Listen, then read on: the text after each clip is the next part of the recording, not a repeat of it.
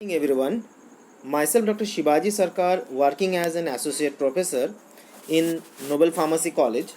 Today I am going to discuss about the topic the classifications of organic compound based on functional group. तो last class में मैंने discuss किए थे जो organic compound क्या है और जब हम लोग ऑर्गेनिक कंपाउंड को क्लासिफिकेशंस करते हैं on the basis of structure तो उसके क्लासिफिकेशंस क्या होंगे। और आज के टॉपिक में हम लोग ये देखेंगे जो ऑर्गेनिक कंपाउंड को जब हम लोग क्लासिफिकेशंस करते हैं on the basis of functional group तो उसको किस तरीके से क्लासीफाई किया जाते हैं।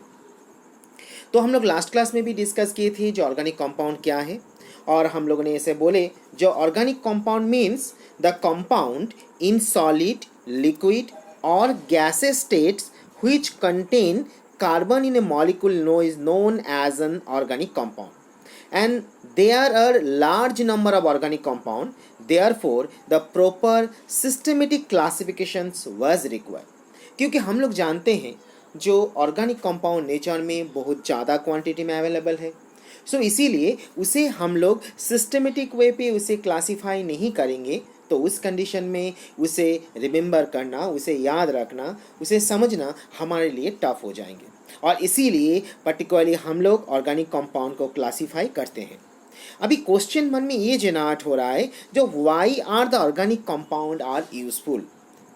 इसका आंसर हम लोग ऐसा बोल सकते हैं और इसको हम लोग ऐसे सोच सकते हैं जो organic compound are essential because they contain carbon in all living organism and they are the basic component that move the world in many cycle।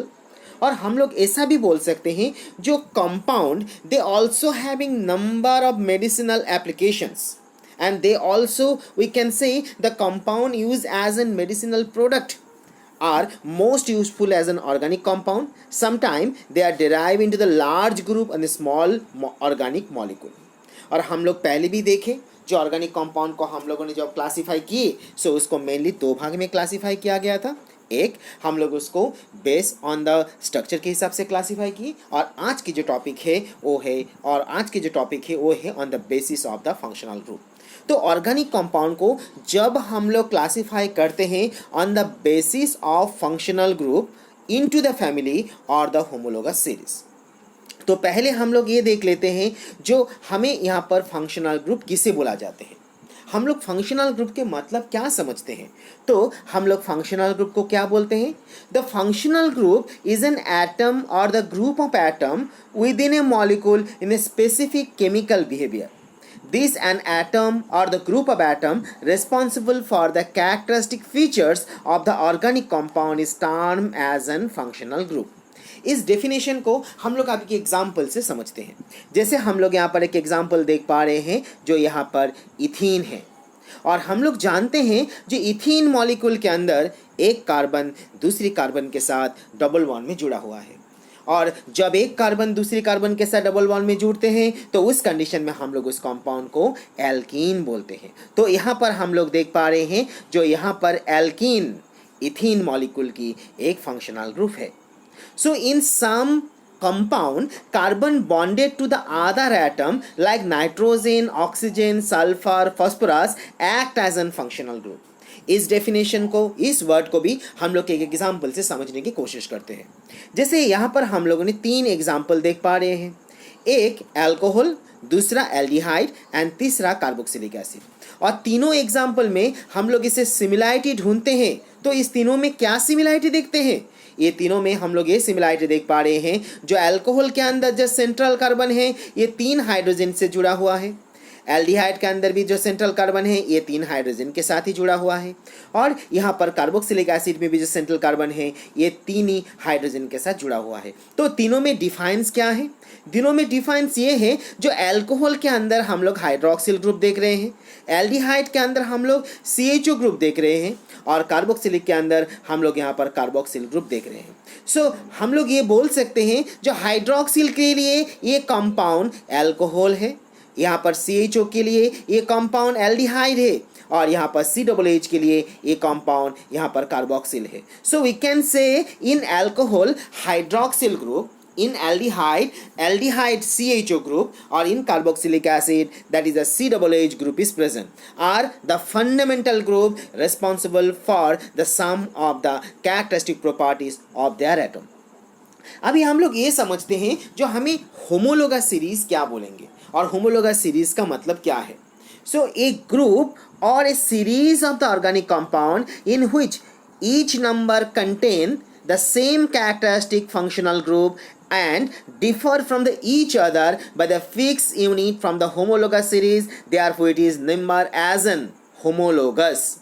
The member of the homologous series can be represented by the help of some general formula and successively member defined from each other in the molecular formula by the help of the CH2 unit.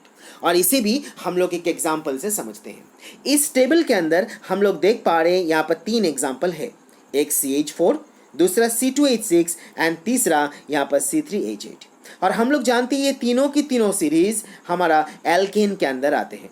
और जब हम लोग इसको molecular weight को observe करेंगे तो हम लोग यहाँ पर क्या देख पा रहे हैं, हम लोग देख पा रहे हैं CH4 की मॉलिक्यूलर मास 16, C2H6 का मॉलिक्यूलर मास 30, C3H8 की मॉलिक्यूलर मास 44 है. हम लोग इस जगह पे जब एक मॉलिक्यूल के साथ दूसरी मॉलिक्यूल का डिफरेंशिएशन करेंगे तो एक मॉलिक्यूल के साथ दूसरी मॉलिक्यूल का डिफरेंशिएशन CH2 का देखेंगे, दूसरी के साथ जब तीसरी का डिफरेंशिएशन देख रहे हैं तब भी हम लोग देख पा रहे हैं एक के साथ दूसरी मॉलिक्यूल का डिफरेंशिएशन CH2 का ही है. और इसको मास के हिसाब से हम लोग सोचते हैं. जो मीथेन मॉलिक्यूल की जो मॉलिक्यूलर मास 16 देख रहे हैं और जो यहाँ पर इथेन मॉलिक्यूल की जो मॉलिक्यूलर मास 30 देख रहे हैं, हम लोग ये दोनों के अंदर डिफरेंशिएशन देखते हैं तो एक मॉलिक्यूल के साथ दूसरी मॉलिक्यूल की मॉलिक्यूलर मास हमारा यहाँ पर 14 ही होते हैं. तो हम लोग ये देख पा रहे हैं जैसे 16 के साथ हम लोग 14 को ऐड करते हैं तो यहाँ पर आंसर 30 आते हैं. और जब 30 के साथ यहाँ पर 14 का एडिशन करते हैं तो उस जगह पे उसका मॉलिक्यूलर मास 44 आते हैं. सो इसीलिए हम लोग ये बोल पा रहे हैं जो one molecule can differ from the other by the help of the only the CH2 unit. और ये CH2 यूनिट को हम लोग यहाँ पर एज एन होमोलोगस सीरीज के अंदर कंसिडर कर चुके हैं और करते हैं. अभी जब हम लोग ऑर्गेनिक कंपाउंड को क्लासिफिकेशन करेंगे on the functional group, on the based on functional group, तो उसको मेनली 3 भाग में क्लासिफाई किया जाते हैं. एक, the functional group containing carbon carbon multiple bond, family containing carbon oxygen double bond, functional group with the carbon bonded to the other atom like nitrogen, oxygen, sulfur और phosphorus. अभी हम लोग इंडिविजुअल जो group के बारे में ना अभी बोला इसके बारे में हम लोग समझेंगे with the help of some example. First, the functional group containing carbon carbon multiple bond. The organic compound having carbon carbon multiple bond given the specific reaction and forming the defined families are. और इसे हम लोग example से easily समझ सकते हैं. जैसे हम लोग यहाँ पर देख पा रहे हैं 3 फैमिली के नाम यहाँ पर मेंशन है. 1 एल्कीन, एल्काइन और एरीन. और इसका स्ट्रक्चर को देखते हैं तो यहाँ पर देख रहे हैं जो एल्कीन में यहाँ पर C डबल बॉन्ड है और यहाँ पर एल्काइन के अंदर C ट्रिपल बॉन्ड है और एरीन के अंदर एक कार्बन दूसरे कार्बन के साथ डबल बॉन्ड और सिंगल बॉन्ड में जुड़ा हुआ है. इसी को हम लोग ऐसा बोले जो characteristic structural features of the group in case of alkene is carbon carbon double bond, in case of alkyne is carbon carbon triple bond, or particularly in case of the arene here we are going to be observe the alternative double bond or single bond. जब हम लोग इस organic compound को classification on the basis of functional group के हिसाब से देखेंगे तो उसका सेकंड क्लासिफिकेशन हम लोग यहाँ पर देख पा रहे हैं और वो सेकंड क्लासिफिकेशन है families containing carbon carbon oxygen double bond. कुछ ऑर्गेनिक कंपाउंड ऐसा भी होते हैं जहां पर हम लोग कार्बन ऑक्सीजन डबल बॉन्ड देखते हैं और उसको हम लोग अभी एग्जाम्पल की हेल्प लेके उसको समझने की कोशिश करते हैं.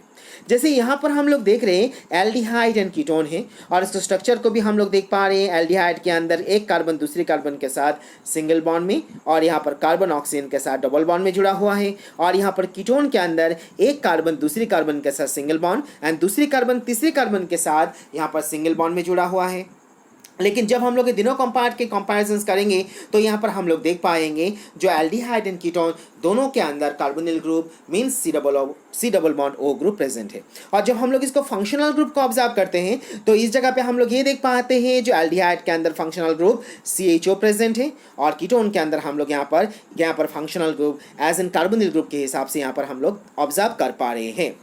और इसी को हम लोग जो अलग कुछ एग्जाम्पल देखते हैं, जैसे हम लोग यहाँ पर carboxylic acid, Easter, acid halide, amide, nitrile के एग्जाम्पल देख रहे हैं और इसको स्ट्रक्चर को भी हम लोग यहाँ पर देख पा रहे हैं।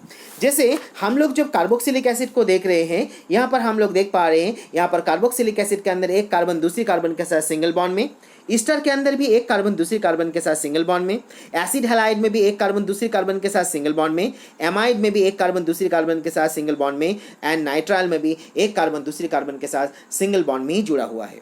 और जब हम लोग इसको फंक्शनल ग्रुप को ऑब्जर्व करते हैं तो उस जगह पे कार्बोक्सिलिक एसिड के अंदर हम लोग COOH ग्रुप, ईस्टर के अंदर हम लोग COOR ग्रुप देख रहे हैं, एसिड हैलाइड के अंदर फंक्शनल ग्रुप के हिसाब से COX देख रहे हैं, हम लोग एमाइड के अंदर CONH2 देख रहे हैं और नाइट्राइल के अंदर हम लोग यहाँ पर CN ग्रुप देख पा रहे हैं। और जो थर्ड क्लासिफिकेशन हम लोग देखेंगे वो क्लासिफिकेशन किया जाते हैं on the basis of the carbon bonded to the other atom like nitrogen, oxygen, sulphur और फॉस्फोरस।